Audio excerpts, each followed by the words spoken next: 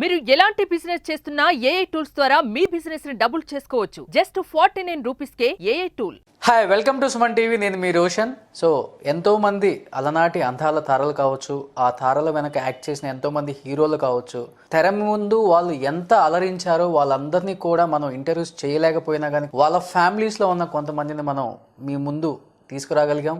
Suman TV ద్వారా వాళ్ళందరినీ పరిచయం చేయగలిగాం. ఆ రోజుల్లో సినిమా అనేది ఎలా ఉండేది, ఆ గోల్డెన్ డేస్ ఎలా ఉండేవి, వాళ్ళ మాటల్లోనే చాలా వరకు మీకు తెలియజేశాం. అట్ ది సేమ్ టైం మిగిలి ఉన్న అందాల తారల్ని మీకు పరిచయం చేస్తూనే వచ్చింది సుమన్ టీవీ. వాళ్ళు ఎక్కడున్నప్పటికి కూడా ప్రతి ప్రదేశానికి వెళ్ళి నేను అన్వేషించి ఎంతోమందిని ఈ కెమెరాతో క్యాప్చర్ చేసి బంధించి మీ అందరికీ చూపించాను. ఆ ప్రయత్నంలో మీ అందరూ మమ్మల్ని బాగా ఆదరించారు. So first of all thank you so much. Suman టీవీని ఇన్ని సంవత్సరాల నుంచి ఆదరిస్తున్న అశేష తెలుగు ప్రజానికానికి శిరసు వంచి మా యాజమాన్యం ద్వారా శతకోటి వందనాలు మీకు. ఎన్నో సినిమాలు, దాదాపు 200 సినిమాలు పైగా ఒక కమెడియన్గా పేరు తెచ్చుకోవటమే కాకుండా తన పేరుతో ఆ బ్రాండ్తో ఇప్పటికీ ఎప్పటికీ మర్చిపోలేని ఒకే ఒక పేరు ఎవరైనా ఉన్నారు అంటే ఐరన్ లెగ్ శాస్త్రి గారు. నవ్వించడమే కాదు, ఏడిపించిన సన్నివేశాలు కూడా ఉన్నాయి. వాళ్ళ అబ్బాయి present junior iron leg Sastri Prasad గారు ఎలా ఉన్నారు? ఫస్ట్ ఆఫ్ ఆల్ పర్టికులర్గా చెప్పాలంటే నాన్నగారు మీరు అన్నారు చాలా మంచి కాంబినేషన్లు చేశారు బ్రహ్మానందం గారితో కూడా. నాట్ ఓన్లీ బ్రహ్మానందం గారు, మంచి మంచి హీరోలతో కూడా చేశారు. చిరంజీవి గారు కావచ్చు, బాలకృష్ణ గారు కావచ్చు, వెంకటేష్ గారు కావచ్చు, నాగార్జున గారు కావచ్చు, అప్పుడున్న స్టార్లతో మంచి కాంబినేషన్ అంటే హైలైట్ ఉంటుంది సినిమాలో కూడా. ఐరన్ లెగ్ శాస్త్రి గారు వచ్చారంటే కడుపుబ్బా నవ్వుకోవచ్చు కాసేపు.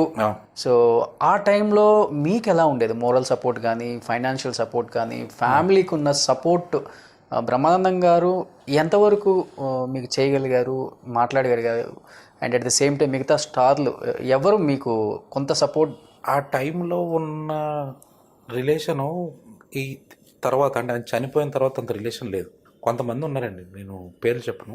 ఒక ఆయన మాకు ఫైనాన్షియల్గా హెల్ప్ చేస్తానికి కొంచెం ఫండ్స్ కలెక్ట్ చేశారు ఇండస్ట్రీ నుంచి. ఓకే. ఆయన్ని కూడా అడిగారు. ఆయన ఒక పర్సన్ అడిగారు, ఇట్లా మేము కలెక్ట్ చేస్తాం సార్, మీకు వచ్చిందేమన్నా. మా నాన్నగారు వాళ్ళ ఫ్రెండ్సే, చాలా సినిమాలు చేశారు. ఎన్నిసార్లు ఇవ్వాలండి వాళ్ళకి? ఇచ్చాం కదా, ఇస్తూనే ఉంటారు లైఫ్లో, సిగ్గులేదా మీకు అని అడిగారు. మొక్కనే.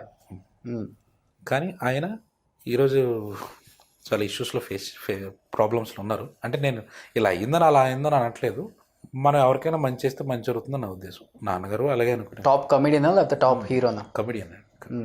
ఇలాంటివన్నీ విన్నాం. కానీ నేను అదే నా కెరియర్లో ఇండస్ట్రీకి వచ్చి నాన్నగారి పేరుని కంటిన్యూ చేయాలి అని ఒక ఫీలింగ్ ఉండేది మొన్నటిదాకా.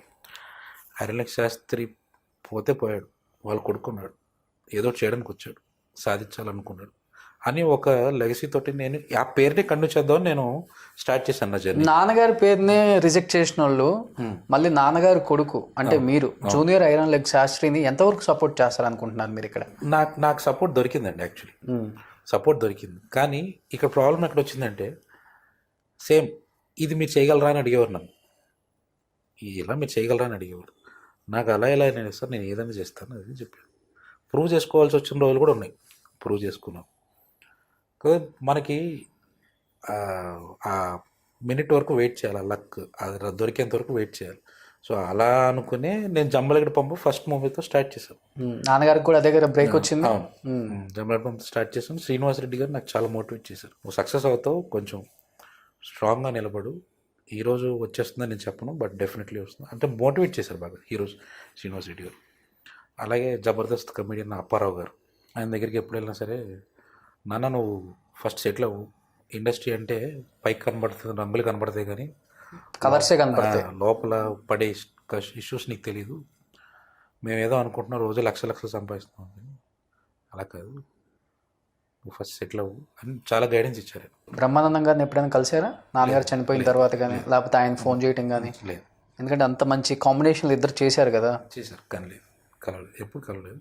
రాజేంద్ర ప్రసాద్ గారు మాత్రం 1-2 సార్లు కలిసి, అంటే అది చాలా గ్యాప్ తర్వాత రీసెంట్గా, అంటే లాస్ట్ 2-3 ఇయర్స్లో కలిసాను నేను. ఆయన బాగా మాట్లాడారు. బతికున్న రోజులంతా నాన్న ఇంతమందితో యాక్ట్ చేశారు కదా, పలానా కాంబినేషన్ అంటే నాకు బాగా ఇష్టం, పలానా కమెడియన్ అంటే నాకు బాగా ఇష్టం, మా ఇద్దరు ప్యారడీ చాలా బాగుంటుంది, మేమిద్దరం చాలా షేర్ చేసుకుంటాం, గుడ్ ఆర్ బ్యాడ్ అని చెప్పిన సందర్భాలు ఉన్నాయా ఇంట్లో ఎప్పుడన్నా? ఉన్నాయి మొత్తం. ఎవరి ఇష్టం నాన్నకి బాగా? బ్రహ్మానందం గారు, రాజేంద్ర ప్రసాద్ గారు కామెడీ అంటే ఆ కాంబినేషన్ ఆయనకి చాలా ఇష్టం. మా ఇంట్లో ఆమె సినిమా ఆయనకి మంచి బ్రేక్ వచ్చింది అప్పట్లో. లెగ్ దాదా అని చెప్పి ఒక ఎపిసోడ్ ఉండేది ఆయన సినిమాది. ఓకే. ఆమె సినిమా, నల్లపూసల సినిమా ఒకటి. ఈ 2 సినిమాల్లో ఆయన చేసిన కామెడీ సీన్స్ ఫొటోస్ తీసుకుని ఈ సైజ్ లామినేషన్ చేయించి ఇల్లంతా కట్టించారు. అంత ఇష్టం ఆయనకి ఆ కాంబినేషన్ అంటే. చిరంజీవి గారిది కూడా బాగా ఎంజాయ్ చేసేవారు ఈ కాంబినేషన్స్ అన్ని. కానీ ఆయనకి ఇదే ఉండాలని ఎప్పుడు అనుకోలేదు. ఏ హీరో ఇష్టం నాన్నకి బాగా? చిరంజీవి గారే. చిరంజీవి గారు ఆయన చెప్తూ మంచి మోటివేటరు, మాట్లాడతారు, చేస్తారు, చెప్తారు. ఆ గర్వం ఉండదు. అంటే నాన్నగారికి ఏదో చేశారు కాబట్టి ఆయనకు అంత ఇష్టం. చేశారు. నెక్స్ట్ వ్యక్తిత్వ పరంగా కూడా ఆయన అంటే చాలా ఇష్టం. చివరి రోజుల్లో నాన్న కోరిక చిరంజీవి గారిని ఒకసారి చూడాలి, ఒకసారి మాట్లాడాలి, ఒకసారి హక్ చేసుకోవాలి అనుకున్నారంట, నిజం అది? అవునండి, అనుకున్నారు. కానీ మాకు సోర్స్ లేదు, మాకు ఎవరికి తెలియదు, ఇండస్ట్రీలో ఎవరితో మాట్లాడాలి ఏంటో తెలియదు. ఆయన 2-3 సార్లు చెప్పేవారు. నన్ను అనేవారు ఒక్కసారైనా ఆయన ఒక్కసారైనా కలవమని ఎవరైనా. కలిసినప్పుడు ఇలా ఐరన్లెక్స్ శాస్త్రి గారి అబ్బాయిని ఆయన అందరూ ఫస్ట్ ఆయన డ్రీమ్ అది, నేను పరిచయం చేస్తాను నేనని. కానీ పరిచయం చేయకుండానే అయిపోయింది. తర్వాత ఇది నన్ను అనేవారు ఎప్పుడైనా ఒక్కసారైనా కలవరా లైఫ్లో, అలాంటి వాడిని కలవాలని చెప్పి. ఇక టైం ఎప్పుడు దొరుకుతుందో చూడాలి మరి. నాన్నగారి కోరిక నువ్వు తీర్చాలి మరి. తీర్చాలి. డెఫినెట్గా చిరంజీవి గారు అందరికీ హెల్ప్ చేసే ఒక మంచి గుణం అయింది.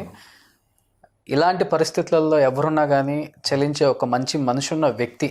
అవునండి. ఎలాంటి వారినైనా సపోర్ట్ చేయగల గొప్ప మనసు. దాంట్లో నేను కూడా ఉంటాను కాబట్టి నాకు బాగా తెలుసు, దగ్గర నుంచి చూశాను కాబట్టి ఆయన్ని. చాలా తక్కువ మంది ఉంటారు ఆ వ్యక్తిత్వాలు, ఆ మనస్తత్వాలతో. సో నువ్వు కూడా నాన్న కోరిక ప్రకారం ఒక చిన్న క్యారెక్టర్ అయిన చిరంజీవి గారితో ఒక్క పక్కన నిలబడ్డా చాలు నేను.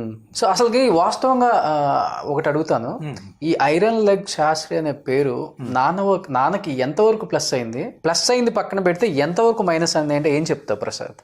ప్లస్ అవడం అంటేనండి, ఆ క్యారెక్టర్ని ఆయన బాగా యూజ్ చేసుకున్నారు. నలుగురిలోకి వెళ్తే క్రేజ్ వచ్చింది, గుర్తుపడుతున్నారు జనాలు. బస్ ఎక్కిన, రైలు ఎక్కిన శాస్త్రి గారు సినిమా యాక్టర్ అని ఒక గుర్తింపు వచ్చేసింది. ఇది అంత సరిగా ఉన్న రోజుల్లో, అంత బాగున్న టైంలో మేము ఒకసారి తిరుపతి వెళ్ళాం షూట్కే, ఫ్యామిలీతో తీసుకెళ్లారు. మేము షూట్ తిరుపతి రైల్వే స్టేషన్లో మేము దూరం కూర్చున్నాం, షూట్ జరుగుతుంది అక్కడంతా. ట్రైన్ వచ్చి ఆగింది అంతే. శాస్త్రి గారు అని చెప్పి ఒక 50 మంది వచ్చి ఫోటోలు తీసుకొని ఆటోగ్రాఫ్లు తీసుకుని వెళ్ళిపోయారు. ఆ క్రేజ్ ఆ రోజుల్లో అసలు మాకు చూస్తుంటే గూస్ బంప్స్ వచ్చేది.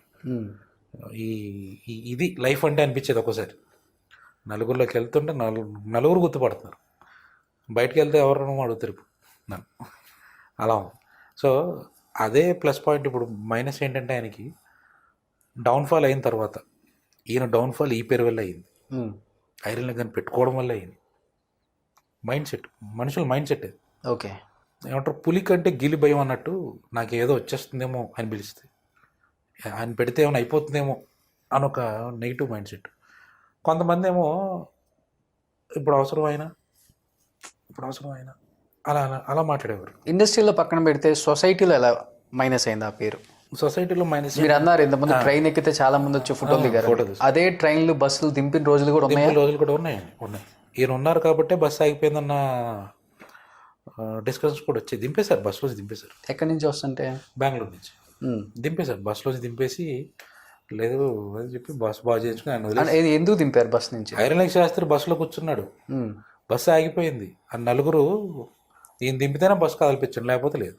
మైండ్ సెట్, జనాల మైండ్ సెట్. దిగితే బస్సు వెళ్ళిపోతుందంటే, దిగపోతే బస్సు ఆగిపోతుందంటే, అది చేత్తో ఆపేది కాదు, మెషిన్ అది. కానీ జనాలు చదువుకున్నారో లేదో తెలియదు ఒక్కోసారి. ఇలాంటి మైండ్ సెట్.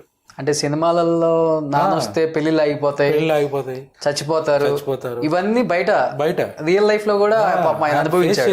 అయ్యో, కానీ అదంతా పాజిటివ్గా తీసుకునేవారండి ఆయన. పాజిటివ్గా తీసుకునేవారు, నెగిటివ్ ఎప్పుడు ఏం తీసుకోవాలా. ఆయన అనుకునేవారు, ఓకే ఇదంతా సినిమాలో చూస్తున్నాగా, బయట కూడా ఇంతే అని అనుకునేవారు. ఆయన ఏంటంటే ఒక బౌండరీ, నేను నా ఫ్యామిలీ నా పిల్లలు మేము ఇది అంతే. 100 వ్యాపకాలు ఉండేవి కాదు ఆయన. ఇవన్నీ ఎప్పుడైతే బాగా స్ప్రెడ్ అవ్వడం పెరిగిపోయిందో మైండ్ అంతా ఆయనకి డిస్టర్బ్ అవుతూ మొదలెట్టేది. ఓకే, సినిమా జీవితం కూడా నిజ జీవితంలో అవుతుంది. మా గోదావరి పుష్కరాలకు వెళ్ళినప్పుడు ఆయన బ్రాహ్మణే కాబట్టి చేద్దామని వెళ్తారు పుష్కరాలు. వచ్చేవారు కాదు ఎవరు, ఆయనతో చేర్చుకుంటే ఏమవుతుందో మనకి ఎందుకులే అని చెప్పి పక్కనే వెళ్ళిపోయేవారు. బ్రాహ్మణుడికి ఇచ్చే వాల్యూ లేదు ఆయన ఐరన్ లెగ్ అయితే మాత్రం నిజంగా అయిపోతుంది. లేదు, అదొక క్యారెక్టర్, అది సృష్టించిన క్యారెక్టర్ అంతే. ఆ మైండ్ సెట్లో ఎవరు లేరు ఆ టైంలో. సో పెళ్ళిళ్ళకి ఫంక్షన్లకి పిలవడం కూడా మానేశారా? మానేశారు. చాలా తగ్గిపోయింది.